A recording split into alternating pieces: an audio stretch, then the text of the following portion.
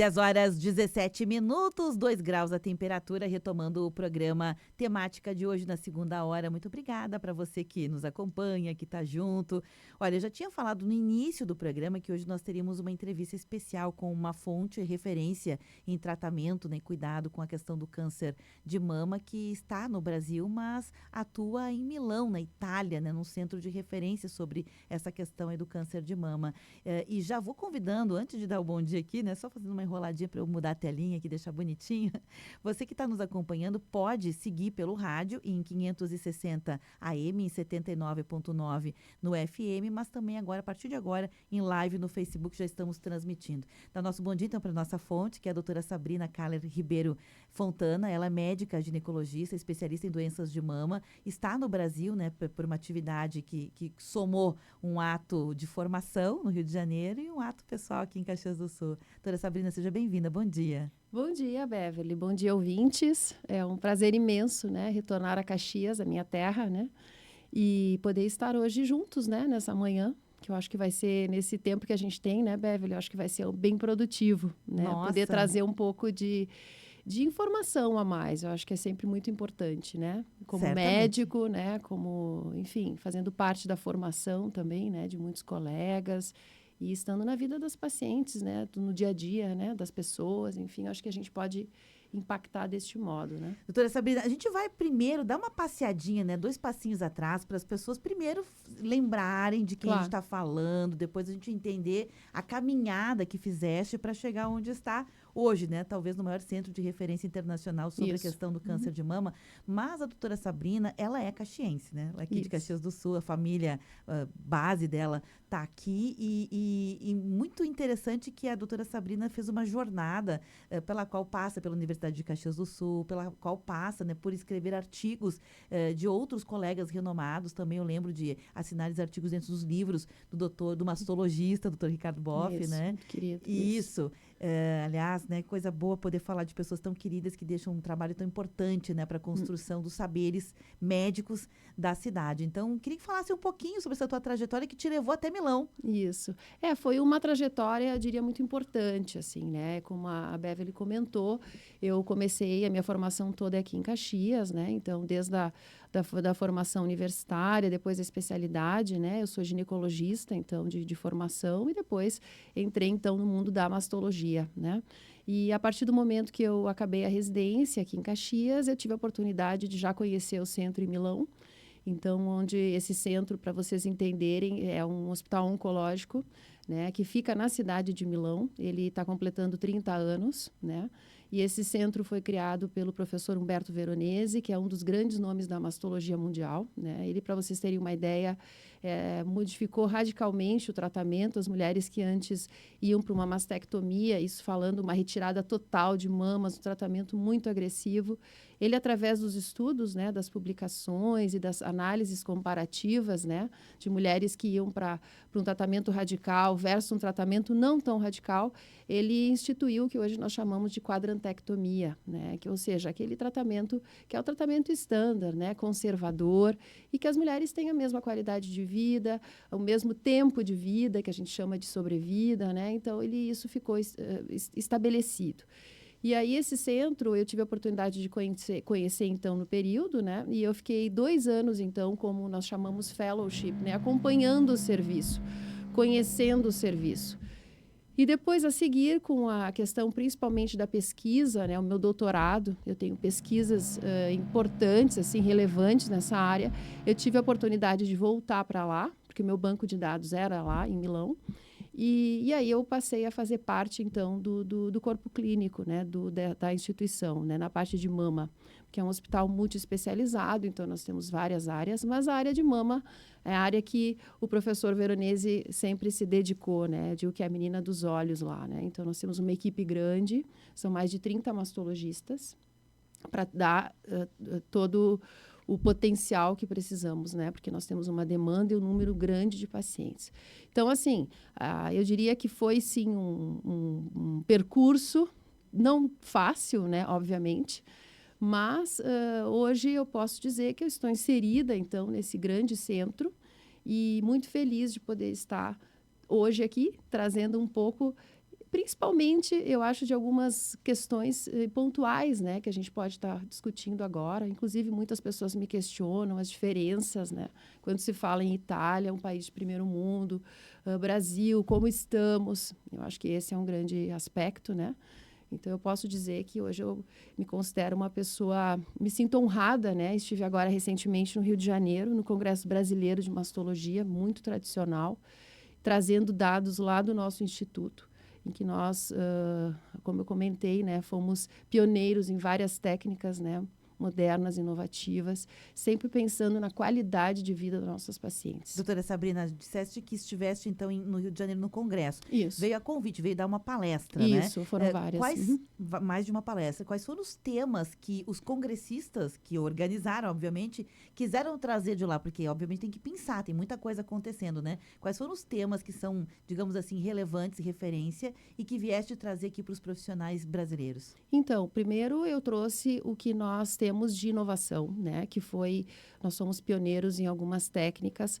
Por exemplo, quem está nos ouvindo agora, né? Provavelmente já está mais familiarizado, deve ter alguma conhecida que teve câncer de mama ou está passando por esse processo. Hoje, quando nós falamos em cirurgia conservadora de mama, nós falamos na retirada do nódulo, mais a biópsia do linfonodo sentinela, né, que fica na região axilar, que é o primeiro ponto onde, se tem alguma célula que migra, vai chegar nesse linfonodo. Então, quando nós submetemos uma paciente ao tratamento conservador, esse é o tratamento estándar. O que eu trouxe? Essa biópsia do linfonodo sentinela, um pouco da história, porque, na verdade, antigamente, não era a biópsia do linfonodo sentinela. As mulheres eram submetidas ao que a gente chama de esvaziamento axilar. Se retirava todos os gânglios debaixo da axila, né? É muito radical. Então, provavelmente alguém já deve ter ouvido falar que a amiga, a irmã, né, parente, ficou com o braço inchado. Por quê? Pela radicalidade do evento, né, da cirurgia. E nós, no Instituto, fomos pioneiros nessa técnica. Então, isso eu estou falando ali depois da década de 80, né, com a década de 90, mais precisamente. E aí isso propiciou justamente uma melhor qualidade de vida para essas pacientes, né? Menos comorbidades, que nós chamamos, né? Efeitos relacionados à agressividade do tratamento, que é esse o nosso, com excelentes resultados, que é isso que nós temos hoje. Elas estão bem, como se tivessem tirado todos, que não precisa. Isso já ficou demonstrado, né? É mais assertivo. É mais assertivo. Esse foi um ponto. E um outro aspecto foi como nós encaminhamos e tratamos as pacientes que vocês imaginam que existam, já deve ter ouvido falar também, aquelas que têm um risco um pouco maior de desenvolver a doença, que nós chamamos de pacientes de alto risco. Porque nós, Beverly, como população geral, temos um risco. E hoje nós consideramos uma mulher em cada 8 pode ter o câncer de mama na população geral, né? Isso são dados estatísticos, né? Quando nós falamos de uma população de alto risco, essa população pode ter um risco de 50%, 60%, 70% de desenvolver a doença ao longo da vida. Então, e quais são os fatores que tornam alguém candidato, entre aspas, a ser um paciente de alto risco? Então, primeiro, nós temos vários fatores de risco que podem estar envolvidos, né? Então, quando nós identificamos uma paciente, né, que apresenta alguns fatores, né? Por exemplo, existem situações de técnicas de radiação para doenças de linfomas, né, em que elas receberam no passado uma radiação forte torácica, né, antes dos 30 anos. Se essa paciente tem um histórico, eu já tenho que ficar de olho, porque ela pode ter um risco aumentado.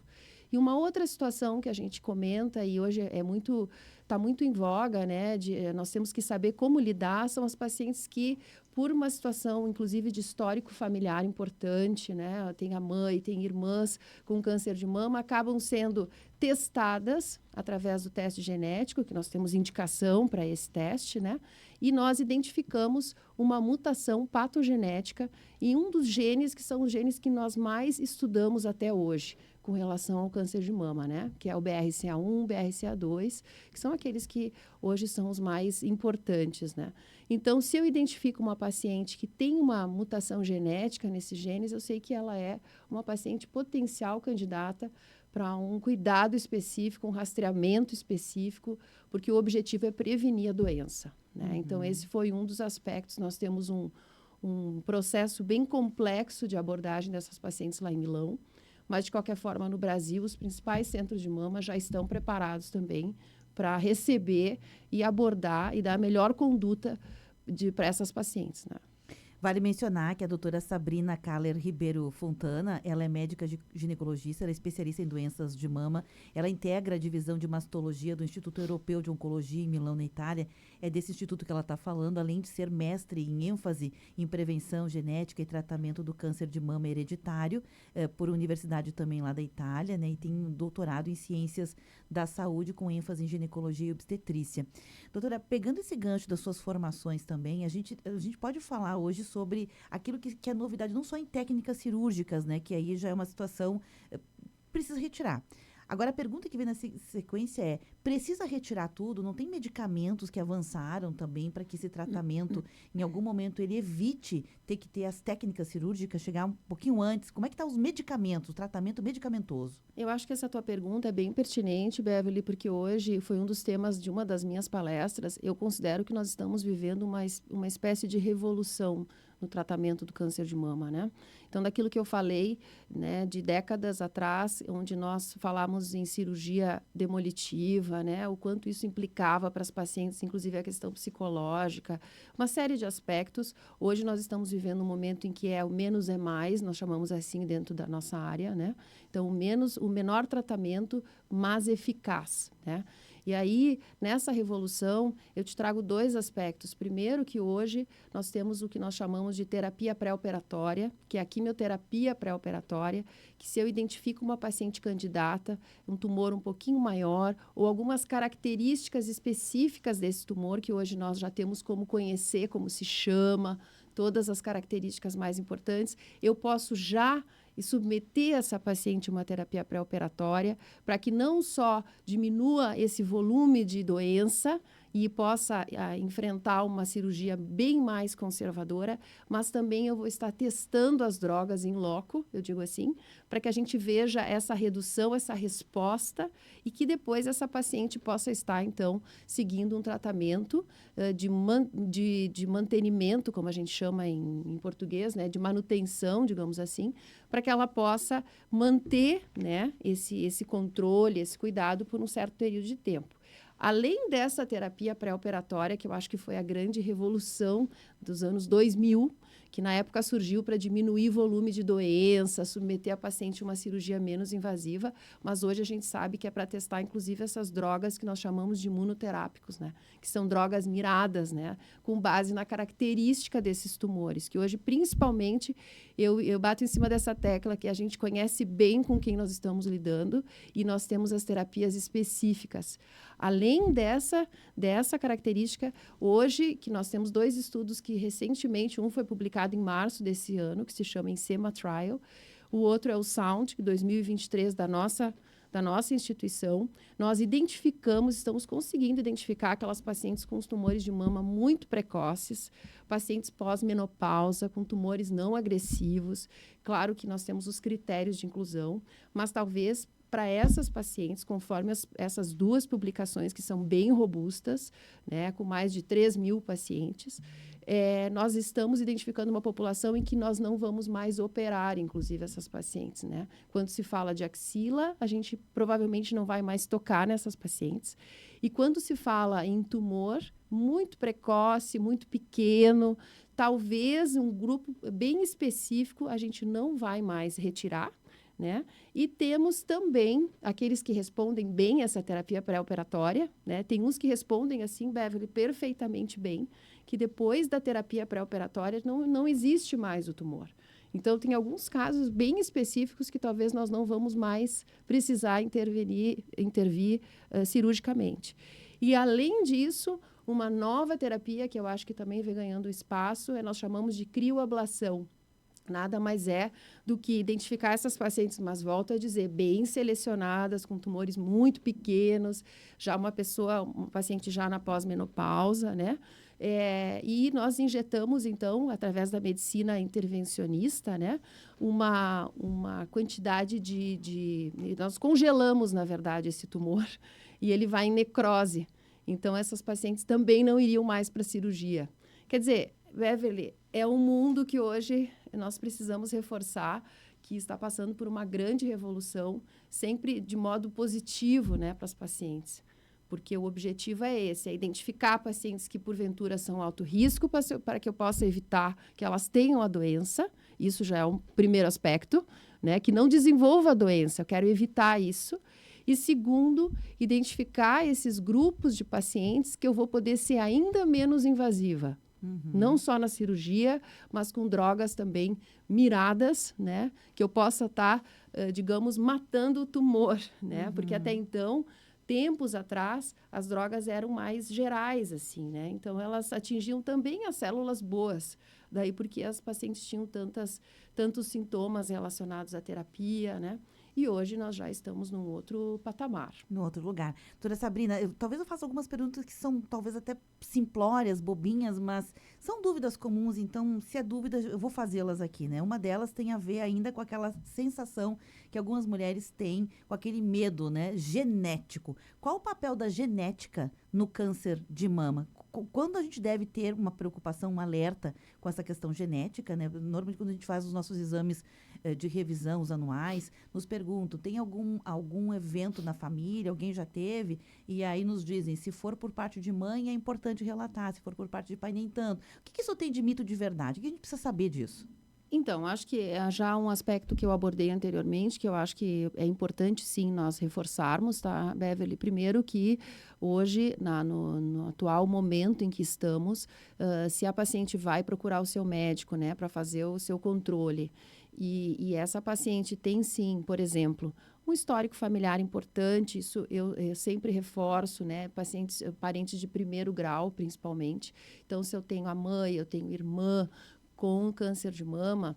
Segundo, essa paciente é uma paciente que tem outros fatores, né? Por exemplo, ela tem o tabagismo, ela fuma muito, paciente que tem sobrepeso, obesa. São pacientes que eu tenho que identificar e eu tenho que, principalmente relacionado ao histórico, por exemplo, dessa paciente, né, hipotizando, esse colega, que vai ser o ginecologista, provavelmente, né, ou o mastologista que acompanha essa paciente, ele vai encaminhar, sim, para uma avaliação aí com um médico especializado, né, um oncogeneticista que nós falamos, que é aquela pessoa que vai avaliar essa paciente. Hoje nós temos ferramentas que ajudam os médicos, ferramentas que são softwares, né, que nós chamamos, tem vários tipos de software, em que o médico, ele insere todos os fatores de risco dessa paciente e me dá um cálculo de risco estimado. Tá? Então, assim, a Beverly vai consultar e dar um cálculo de risco para desenvolver o câncer de mama em torno de 40% a 50%. Isso seria um alto risco. Aí ele vai dizer, Beverly, nós vamos ter que ter um segmento diferenciado para que evite que tu tenhas a doença. Então, essa informação é importante porque, obviamente, o rastreamento, quando eu falo, é a mamografia anual, né? Que todas as mulheres, eu acho que estão bem familiarizadas. Em alguns casos, nós temos o papel da ecografia mamária, né? Mas, se eu identifico essa paciente, que é uma paciente que tem um risco aumentado, nós chamamos de lifetime risk, ou seja, um risco de vida maior ou igual a 30% por essas calculadoras de risco, né? Eu sei, então, que essa paciente precisa de um segmento mais especializado. E aí não vai bastar somente a mamografia e a ecografia mamária, mas muitas vezes eu vou ter que inserir também a ressonância mamária. Entende, Beverly? Então, esse é o principal aspecto. Mas o importante é o primeiro passo, digamos, é o médico, colega ginecologista, direcionar essa paciente, não só para um mastologista, porque se ela tem realmente, mas também para o oncogeneticista, onde ele vai fazer essa abordagem para poder identificar o verdadeiro risco daquela paciente, que foge, digamos, do risco da população geral que eu já comentei, né? Então, essa população é aquela que eu vou ter que estar mais atenta, porque, como eu comentei, o objetivo é evitar que ela venha a ter a doença, né? Claro. Doutora Sabrina, nem todo crescimento anormal, nem todo tumor é maligno, é um câncer, né? Não, não. Então, tem aquele medo que eu sei porque eu também sou mulher e conheço outras mulheres, vou fazer os exames anuais e aí vem lá no seu resultado de mamografia as classificações de alguns achadinhos, né? A gente Sim. vai passando as idades, os achadinhos vão aparecendo e aí vem a classificação BIRADS, né? E aí o pessoal já confunde, muitas vezes já vê aquela classificação, já pensa, é um tumor. Quais as diferenças? Como é que a gente pode olhar hoje essa questão dos exames? Os exames que o Brasil, por exemplo, tem, são exames adequados para a gente ainda fazer? Como lidar com essa questão? E já tem outras formas de avaliar melhor esses achados, porque esse é o medo. Eu tenho um achado. Aí você faz exames mais periódicos ou não, dali um pouquinho. Isso pode se tornar um câncer? Esse crescimento anormal, esse tumor pode se tornar um câncer? Então, assim, falando de forma muito clara, né? Obviamente que nem todo o crescimento, né? Falando, por exemplo, de mulheres jovens, não quer dizer que eu sinto palpo um nódulo e esse nódulo é maligno, né? É um câncer, né? Pelo contrário, a maior parte dos nódulos em crescimento não são malignos, né? Então, uma paciente muito jovem, que muitas vezes palpa um nódulozinho, ela vai para o exame clínico, obviamente, vai fazer uma ecografia se ela é muito jovem, porque a mamografia ela não tem uma eficácia tão boa quando a paciente é muito jovem, tá? Abaixo dos 35, 40 anos. Então, eu vou diretamente para a ecografia e ali a maior parte dos casos vão ser situações em que eu vou poder estar abordando fazendo um controle. Se eu tenho já digamos, um diagnóstico que esse nódulo é benigno, né? Que é um nódulo que não tem essa característica, né, de ter células cancerígenas, esse nódulo não vai se transformar em um nódulo maligno, porque essa é uma das dúvidas que chegam para mim, né? Eu tenho esse nódulo que eu acompanho há muito tempo, o médico já me deixou muito tranquila, né? Esse exame, essa classificação BIRADS, né, que a Beverly comentou agora, é só para entender, é uma classificação hoje, uma normativa que nós temos mundial para laudar essa ecografia de mama, né? ECO e mamografia, digamos. Então, é uma forma de todo mundo falar a mesma língua, né? Por isso que nós temos essa classificação, que nem todas as mulheres, mas que nós sabemos, por exemplo, que um BIRADS 5, BIRADS 6, eu sei que é maligno, né? BIRADS 1, eu sei que eu posso ficar tranquila, mas isso, eu diria assim, não vamos nos fixar nesses detalhes, que isso cabe ao médico, né? Eu acho que a gente tem que desmistificar um pouco esse medo, Beverly, que tu está me transmitindo, digamos, é o medo de muitas mulheres, que inclusive não se tocam, porque tem medo de encontrar algo. E nós já estamos hoje trabalhando do modo contrário, dizendo, sim, vamos nos tocar, vamos prevenir, vamos fazer a mamografia. Beverly, a Organização Mundial de Saúde prevê que pelo menos 70% das mulheres tenham acesso à mamografia, porque a mamografia ficou já demonstrado cientificamente que impacta na mortalidade.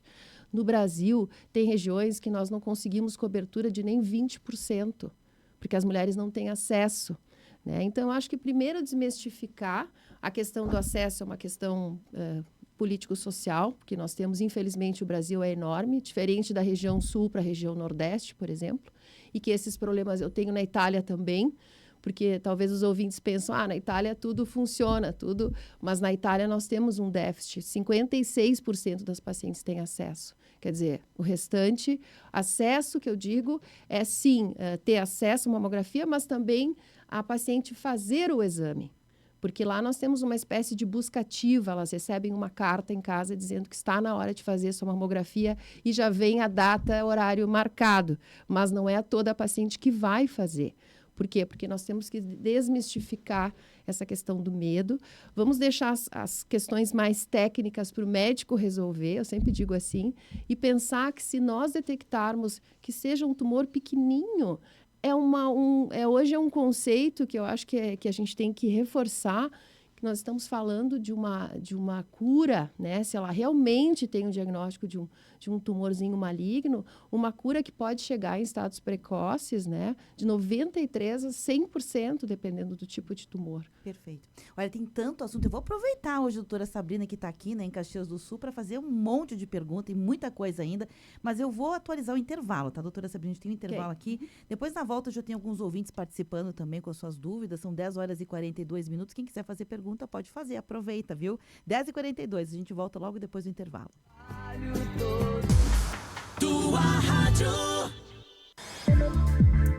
Tá na hora do seu café forte e poderoso. Bom Jesus, café que tudo vai dar certo. E a hora? 10h42. Bom Jesus é o café forte e poderoso, de sabor intenso e encorpado, que rende bem e faz render. O café é para quem vê a caneca meio cheia, acreditando a cada bom dia que o dia vai ser realmente bom. Bom Jesus, café que tudo vai dar certo. 3 graus. Sua casa merece uma proteção especial. Com o seguro residencial Sicredi, você conta com coberturas personalizadas contra incêndios, furtos, danos elétricos e muito mais. Tudo para você e sua família aproveitarem cada momento sem preocupação. Fale com seu gerente de conta e saiba como contratar. Seguro residencial Sicredi. Você seguro para morar.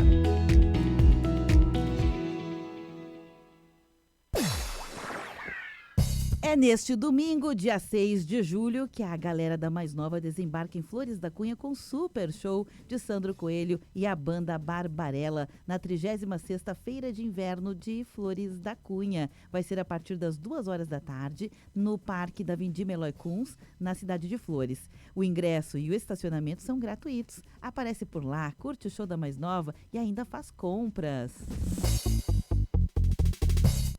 Você está online? Há quanto tempo? O vício em cibersexo, incluindo pornografia online e chats eróticos, pode prejudicar a capacidade de desenvolver relações íntimas reais. É essencial reconhecer e tratar a obsessão por atividades sexuais online para preservar a saúde dos relacionamentos íntimos e românticos no mundo real. A internet impacta o corpo e a mente. Viva também no mundo real. Uma campanha em parceria com a Rádio Câmara. O inverno já chegou, tá na hora de doar fronha, lençol, toalha bem fofinha e também coberta triquentinha. Vem ajudar agora a deixar o frio lá fora. Aquece RS, uma campanha do governo do Rio Grande do Sul. Acesse defesacivil.rs.gov.br e saiba como doar. A solidariedade nos une.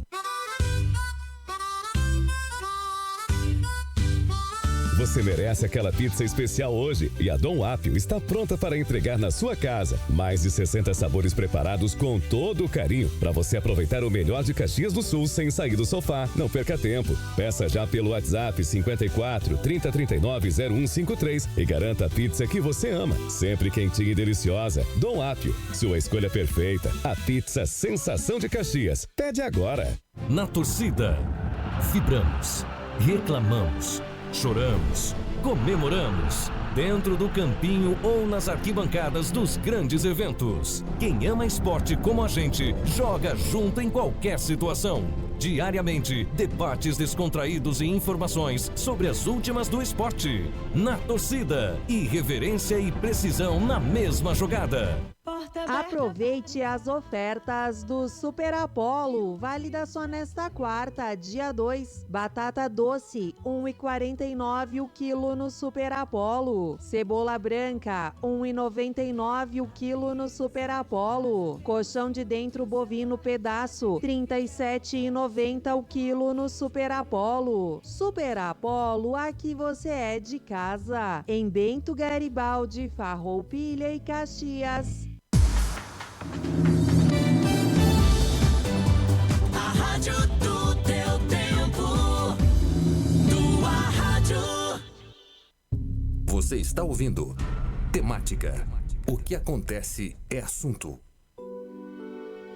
10 horas e 46 minutos, retomando o programa Temática, ao vivo pelo rádio, mas também estamos em live no Facebook, para quem quiser acompanhar. Nós temos a presença hoje da médica, né, ginecologista, ela que está numa imersão para uma atividade profissional, mas também para atividades pessoais aqui no Brasil, mas ela veio de Milão, na Itália, a doutora Sabrina Kaller Ribeiro Fontana. Ela é médica ginecologista, especialista em doenças de mama, integrante da divisão de mastologia do Instituto Europeu de Oncologia em Milão, na Itália. Esteve recentemente palestrando no Congresso Brasileiro de Ginecologia no Rio de Janeiro, justamente trazendo essas técnicas, essas novidades que agora ela compartilha conosco aqui.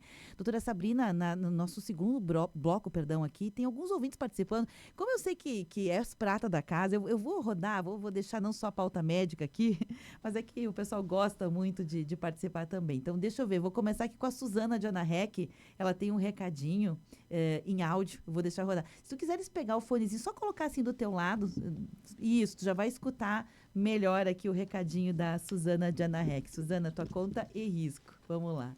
Colegas de escola. Ela disse que... Deixa eu rodar do início, vamos lá.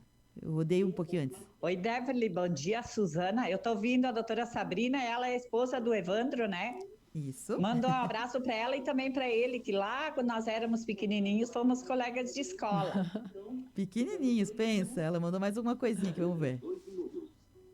E para essas mulheres, Deverly, que não acham que não faz a mamografia, porque se vai achar alguma coisa, eu penso, se tem alguma coisa, que apareça de uma vez. Que daí se trata, né? Bem verdade. A Vilani Maia também mandou um áudiozinho aqui. Vilani, deixa eu rodar o teu áudio aqui. Bom dia a todos vocês aí da Rádio São Francisco. Todos os assuntos que vocês trazem no dia a dia são muito importantes para a gente. E hoje, para mim, é muito gratificante ouvir o nome Sabrina, doutora Sabrina. Não sei se é a mesma que há pouco tempo, já faz uns 5 anos, eu acho, quando foi descoberto um câncer de mama na minha sobrinha, com 40 anos, né?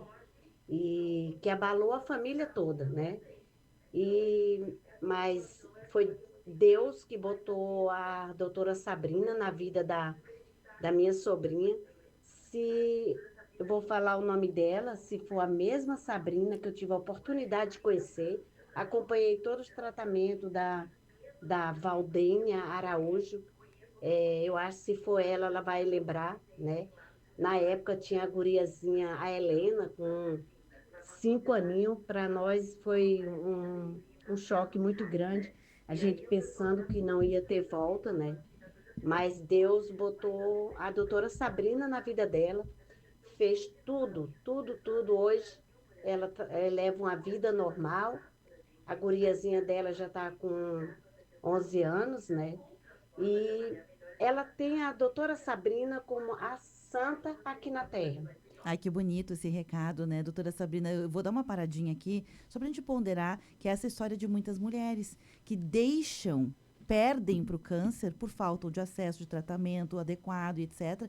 Perdem e deixam seus maridos, seus filhos, né? Então, que isso nunca mais aconteça, né? Não. Inclusive, essa história... Eu vou ser sincera, não sei se sou eu a doutora Sabrina, porque se nós estamos falando de 5 anos atrás, eu já não estava mais em Caxias, né? Não sei se essa ouvinte é da região, né? É de Caxias. Né? É de Caxias. Eu tenho uma outra colega mastologista que se chama Sabrina, que está em Caxias, né? Provavelmente tenha sido ela.